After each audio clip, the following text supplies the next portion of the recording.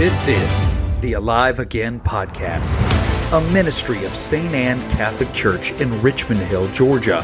On this podcast, you will find homilies and talks by Father Dawid, our pastor, and guest homilies from visiting priests.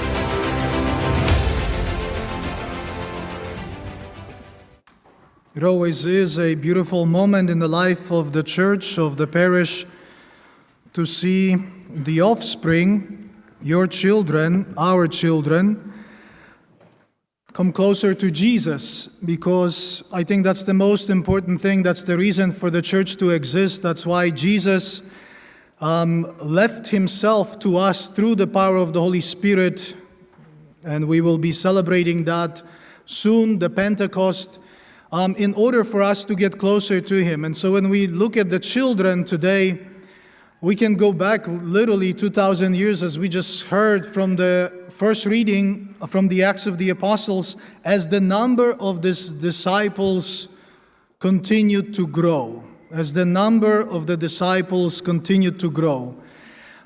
But what does that mean? Why do we want disciples? Do we want disciples because we want more members of the parish, so the parish can seem bigger, be bigger, do more things?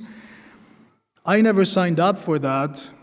I never wanted to be a priest to grow into mega churches or be a pastor of big churches. I became a priest, and I still remember the first question when the rector asked me when I entered the seminary 2 weeks late than everybody else because I got confused the dates. And I was sitting in front of him. He looked at me with pity, probably thinking that I would last 2 weeks. And he said, "Why do you want to be a priest?" And I said, "Because I want to save souls. I want to help. It's all about the soul. It's all about bringing people closer to Jesus so that he can save them." We say that we don't need sometimes saving because Jesus has accomplished everything for us. But as we know from the scriptures, Jesus wants us to choose him and to serve him and to know him and to love him. And that's why moments like this are so important to me, because Deacon Noah, who will be our priest, by the way, after his ordination, so will be Father Noah. Next year, he will be hopefully here next to me, and we'll be together at this moment for First Communion. Deacon Noah and I, we met individually with every single child, not with their parents, but with the child. Probably was a little bit intimidating for the children, but I wanted to make sure that I asked them the most crucial question. And the most crucial questions for me were, do you believe in Jesus? And the children, they all said yes, individually, one by one. Do you believe that Jesus is truly present? You know, when you come to church and we celebrate Mass and the priest consecrates the bread and the wine, do you believe that it becomes the body and blood of Christ? And every single one of them, with more or less conviction, or some more, or some less, said yes. Some said, the serious yes, like, yes. I like that. That was very convincing. There was seriousness in it, because it is a serious business. A business of saving souls is serious.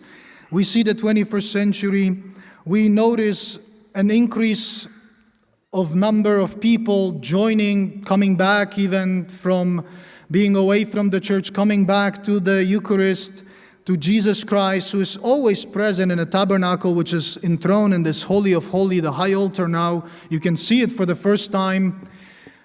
Jesus is always present, right, in our church, in the very center, with a light next to it, giving us this communication, I am always here with you.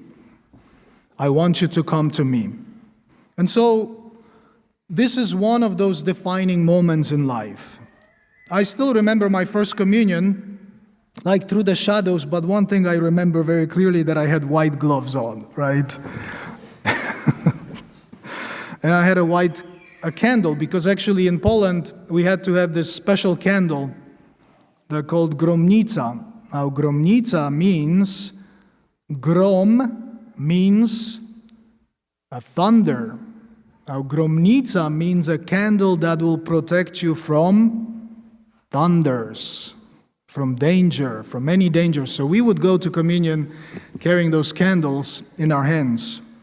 And I still remember the moment of my first communion. And then we would receive this plaque, and on that plaque was written my name, and I received Holy Communion the first time. And I remember being a teenager. Guys, you will be teenagers before you know it.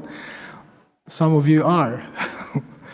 And I remember being a teenager, confused and tempted in many different ways.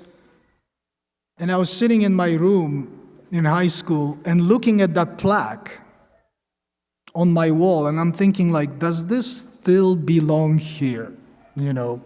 With what I'm about to do, right? In my rebellious years. Should I still keep it on that wall? Or should I remove it? Because what if I invite my friends and they see it, it's kind of embarrassing or not? I was trying to figure it out. But I'm glad I remember I took it down for some time. But then I brought it back and never took it down again. It's so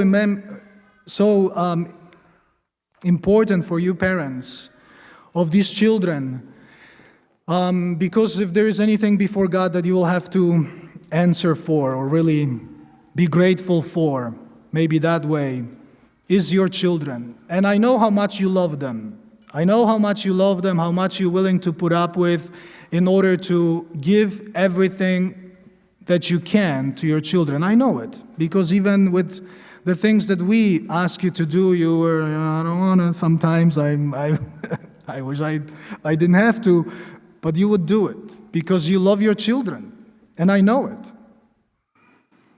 But the most important thing that you will be doing for them is to enabling them, facilitating the meeting between them and Jesus, bringing them to church, allowing them to receive communion, allowing them to receive Holy Confession. Some of them have already gone twice to confession.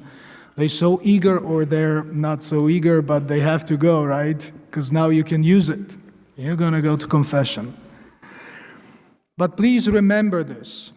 They are so beautiful and so innocent in a sense, and we want to preserve it. And communion, confession, community, prayer, worship God on Sunday, which is a commandment of God, all of this allows them to remain as innocent as possible for the longest time as possible. And I know you want them to remain innocent and to remain happy and to remain joyful and to remain simply children before God. St. Teresa of Lisieux, I want you ladies are here, to remember two saints. One is St. Teresa of Lisieux. I've chosen them to be the patron of your Holy Communion. And the second was St. Faustina. And for you boys, John Bosco and St. Carlo Acutis, a recent saint. This is what St. Teresa of Lisieux said, recalling her first communion. She said this: "At last, the most wonderful day of my life arrived, and I can remember every tiny detail of those heavenly hours, my joyous walking up and down, and above all, our entry into the chapel and the singing of the morning hymn, O altar of God, where the angels are hovering. How lovely it was, that first kiss of Jesus in my heart. It was truly a kiss of love. I knew that I was loved, and I said, I love you, and I give myself to you forever." Holy Communion is not just a ritual. Remember, it's an encounter with a person, with Jesus. And this is what St. Faustina said, ladies: "The most solemn moment of my life is always the moment when I receive Holy Communion. I long for each Holy Communion, and for every Holy Communion I give thanks to the most Holy Trinity." And for you boys, St. John Bosco is a patron of young men. A great saint, very powerful.